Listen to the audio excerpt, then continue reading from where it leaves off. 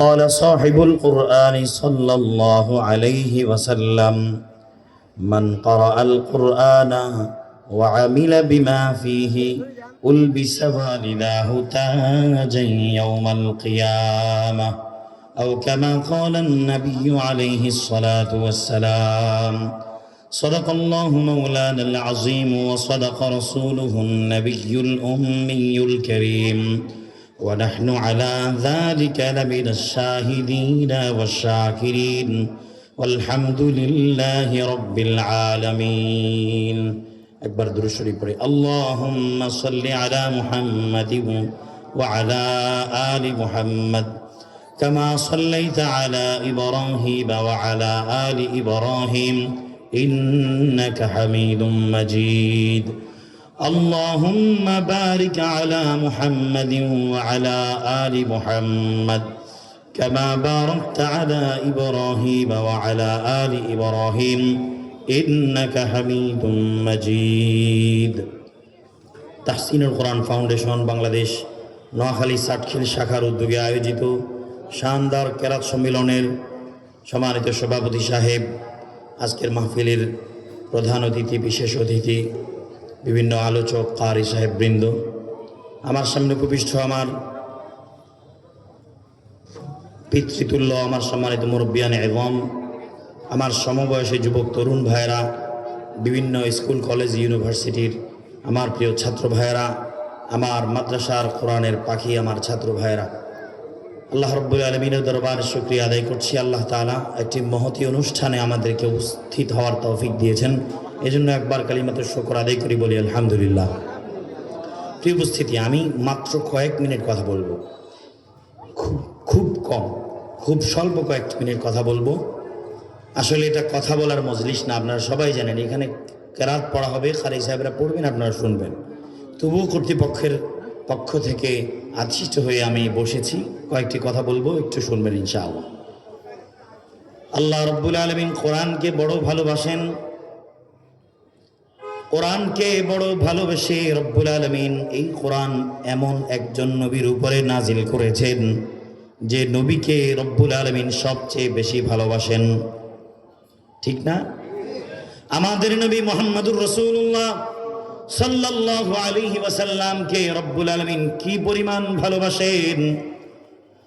রব্বুল আলামিন তামাম কায়নাত সৃষ্টির আগে আমাদের নবীকে সৃষ্টি করে রেখে দিয়েছেন। আমাদের নবী ইরশাদ করেন, ওগো আমার উম্মতেরা, জানুনি কুনতু নাবিয়্যান, আমি নবী ছিলাম, ওয়াল আদামু বাইনাল মা'i ওয়াত তিন। ও আমার উম্মতেরা, জানো নাকি আদম আলাইহিস সালাম যখন এখনো কাদা মাটির সাথে মিশে আছে, তখনও আমাকে আল্লাহ তাআলা নবী হিসাবে মনোনীত করেছেন। সুবহানাল্লাহ। মুসলমান ভাইরা আমার, রব্বুল আলামিন কোরআনকে ভালোবাসেন। কোরআনকে শ্রেষ্ঠ গ্রন্থ, আসমানি গ্রন্থগুলোর মধ্যে সবচেয়ে সেরা গ্রন্থ হলো কোরআনুল কারীম। এই কোরআনকে শ্রেষ্ঠ ব্যক্তিত্বের উপরে নাজিল করেছেন। আবার রব্বুল আলামিন ওই কোরআনওয়ালা মুহাম্মদুর রাসূলুল্লাহ সাল্লাল্লাহু আলাইহি ওয়াসাল্লামের উম্মতদের মধ্যে আমাদের মতো নগণ্যদেরকে শামিল করেছেন। এজন্য একবার বলেন আলহামদুলিল্লাহ। ও মুসলমান ভাইরা আমার, রব্বুল আলামিন এই কোরআনের মধ্যে এত সৌন্দর্যতা, এত মাধুর্যতা রেখেছেন।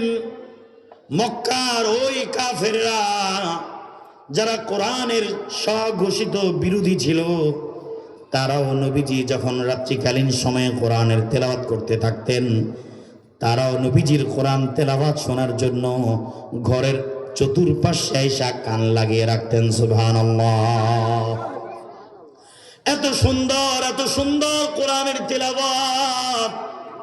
আবার যেই নবীর উপর নাজিল হয়েছে, ওই নবীজির কণ্ঠে কি জানি সুন্দর, কতই না সুন্দর ছিল। আল্লাহ আপনি আমাদেরকে আমাদের নবীজির কণ্ঠে কোরআন শোনার তৌফিক দান, সকলে বলেন আমিন।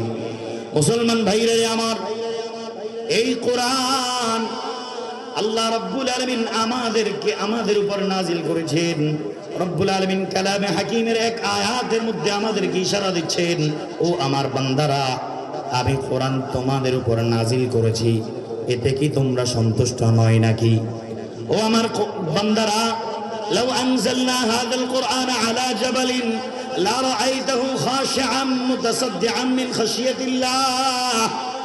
ও আমার বান্দারা, আমি যদি এই কোরআনকে পাহাড়ের উপরে নাজিল করতাম, পাহাড় ভয়ে থরথর করে কাঁপত। নাজিলের কথা শুনে তাকে যখন পরামর্শ চেয়েছিলাম, যে ভয়ে থরথর করে কেঁপেছিল। ও আমার বান্দারা, আমি তোমাদের উপরে আমি আমার কোরআনকে নাজিল করেছি। শোনো না, আমার কোরআন ভাগ্যবান কোরআন। কোরআনের সাথে তোমরা লাগার কারণে তোমাদের দামও আমার কাছে বেড়ে গেছে।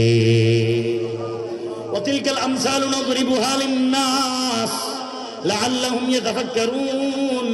রব্বুল আলামিন বলেন, ও কোরআনওয়ালা আমার বান্দারা, আমি রব্বুল আলামিন পৃথিবীর শুরু লগ্ন থেকে কাউকে কোরআন দেই নাই।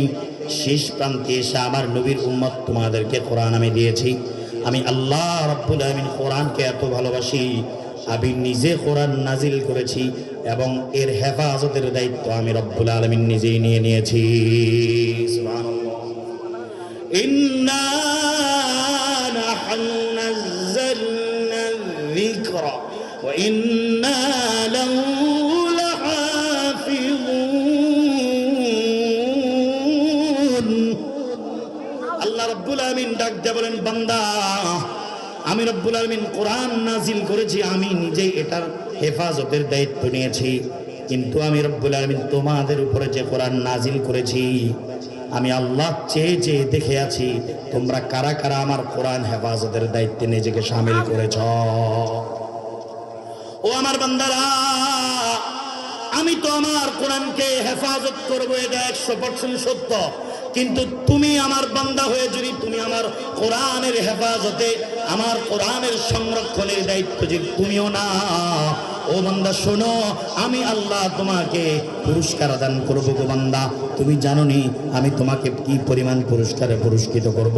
আল্লাহর হাবিব সাল্লাল্লাহু আলাইহি ওয়াসাল্লাম হাদিসে পাকের মধ্যে কোরআন ওয়ালাদের ব্যাপারে ইরশাদ করেছেন, মান ক্বরাআল কুরআনা ওয়া আমিলা বিমা ফীহি উলবিসা ওয়ালিদাহু তাজান ইয়াউমাল কিয়ামাহ।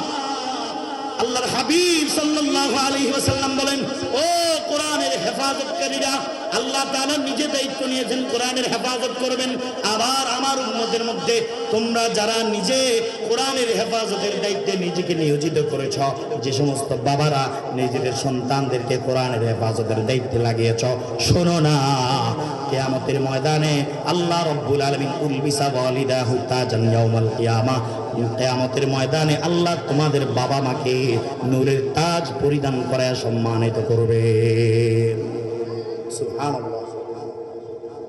আল্লাহর হাবিব সাল্লাল্লাহু আলাইহি ওয়াসাল্লাম বলেন, আমার উম্মতেরা, আমার এই কোরআনের সাথে যেই লাগে তারই দাম বেড়ে যায়। আমার কোরআনের হেফাজতের দায়িত্ব যারা নেয়, আল্লাহ রাব্বুল আলামিন স্পেশাল ভাবে তাদেরকে কিয়ামতের ময়দানে সম্মানিত করবেন। আল্লাহ রাব্বুল আলামিন কিয়ামতের ময়দানে হাফেজে কোরআনকে ডাক দিবেন আর বলবেন, ইকরা ওয়ারতাকি ওয়ারাত্তিল কামা কুনতা তুরাত্তিলু ফিদ দুনিয়া ফা ইন্না মানজিলাকা ইনদা আখিরি আয়াতিন তাকরাউহা। ও হাফেজে কোরআন শোনো, ও হাফেজে কোরআন শোনো, তুমি আমার কোরআন হেফাজতের দায়িত্ব নিয়েছ। রাতভর মেহনত করে সেই ভোর রাতে সব মানুষগুলো ঘুমেছিল, আর তুমি হাফেজে কোরআন জেগে গেছ। সেই ভোর রাতে 4টা 3টা থেকে শুরু করে আমার কোরআনকে হিফজ করার জন্য তুমি মেহনত করেছ। ও আমার হাফেজে কোরআন, আমার কোরআনকে সংরক্ষণকারী, শোনো, ইকরা, তুমি পড়তে থাকো, ওয়ারতাকি ওয়ারাত্তিল কামা কুনতা তুরাত্তিলু ফিদ দুনিয়া। একটা আয়াত পড়ো আর একটা আমার সম্মানের আসনে তুমি আসীন হও। সুবহানাল্লাহ। আমার প্রিয় বন্ধুগণ, কথা বেশি বলার আমার সময় নেই। আমি বুঝাতে চেয়েছি, আল্লাহ তাআলা কোরআন পাঠিয়েছেন, কোরআনের হেফাজতের দায়িত্ব নিজে নিয়েছেন।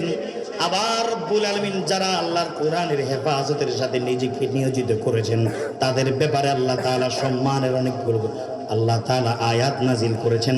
আবার নবীজির মাধ্যমে সুসংবাদ দিয়েছেন, যারা আমার কোরআনের হেফাজতের দায়িত্বে নিজেকে নিয়োজিত করবে, আমি আল্লাহ নিজ দায়িত্বে তাদেরকে সম্মানিত করব। এজন্য কোরআনের সাথে যেই লাগে তারই সম্মান বেড়ে যায়। একটা জুজদান কোরআনের সাথে লাগার কারণে তার সম্মান বেড়ে যায়, একটা কাঠের রিহাল কোরআনের সাথে লাগার কারণে আল্লাহ তাআলা তারও সম্মান বাড়িয়ে দেয়। যেই ব্যক্তিটা মানুষে কোরআনের সাথে লাগছে, কোরআনের আলেম হয়েছে, কোরআনের হাফেজ হয়েছে, আল্লাহ তাআলা দুনিয়ার তাম মানুষের মধ্যে ওই হাফেজে কোরআনকে বেশি ভালোবাসে। সুবহানাল্লাহ। আমরা কি চাই কোরআনের হেফাজতে আমরাও একটু অংশগ্রহণ করব? আজকে সারা দেশব্যাপী কোরআনের তেলাওয়াতের যে একটা সুন্দর সিস্টেম চালু করেছে তাহসিলুল কোরআন ফাউন্ডেশন, বিভিন্ন জায়গায় তেলাওয়াতের আয়োজন করে, তেলাওয়াতের আয়োজন করে করে মানুষদেরকে সুন্দর সুন্দর তেলাওয়াত শোনায়। এই সুন্দর সুন্দর তেলাওয়াত শোনানোর মাধ্যমে মানুষের দিলটা কোরআনের প্রতি মহাব্বত বাড়ে নাকি কমে বলেন? অবশ্যই অবশ্যই বাড়ে। বলেন না, বুকে হাত দিয়ে বলেন, এই কাজটা কি ভালো কাজ নাকি খারাপ কাজ? অবশ্যই অবশ্যই ভালো কাজ। কোরআনের প্রচারের বড় একটি মাধ্যম। যারা কখনো ইচ্ছে করে কোরআন শুনতে যায় না, তারাও অনিচ্ছা সত্ত্বেও মাইকের আওয়াজের কারণে কোরআন শুনে। একটু আগে কারি ইকরামুল্লাহ সাহেব যখন তেলাওয়াতের সুর টান দিয়েছেন, আমি সামনের দিকে তাকায় দেখলাম অনেক মানুষ দৌড়ে আসতেছিলেন শুধুমাত্র কোরআনের আওয়াজের কারণে। কোরআনের লাহানের সৌন্দর্যে এত পরিমাণ আকৃষ্ট হয়ে মানুষ অনেক সময় পাগল হয়ে যায়, মানুষ অনেক সময় ব্যাকুল হয়ে যায় কোরআনের সুরে। এটা অনেক বড় ফায়দার কাজ। এটা দ্বারাও মানুষের দিলের মধ্যে কোরআনের আজমত মহাব্বত বাড়ে। যদিও অনেকে আমরা দৃষ্টিতে দেখি এটা খারাপ, আমি মনে করি এই কিয়ামতের আগ মুহূর্তে এটাও অনেক বড় একটা দাওয়াতের কাজ, যেটার মাধ্যমে মানুষকে সুন্দর সুন্দর আওয়াজে কোরআন তেলাওয়াত শোনানো হয়।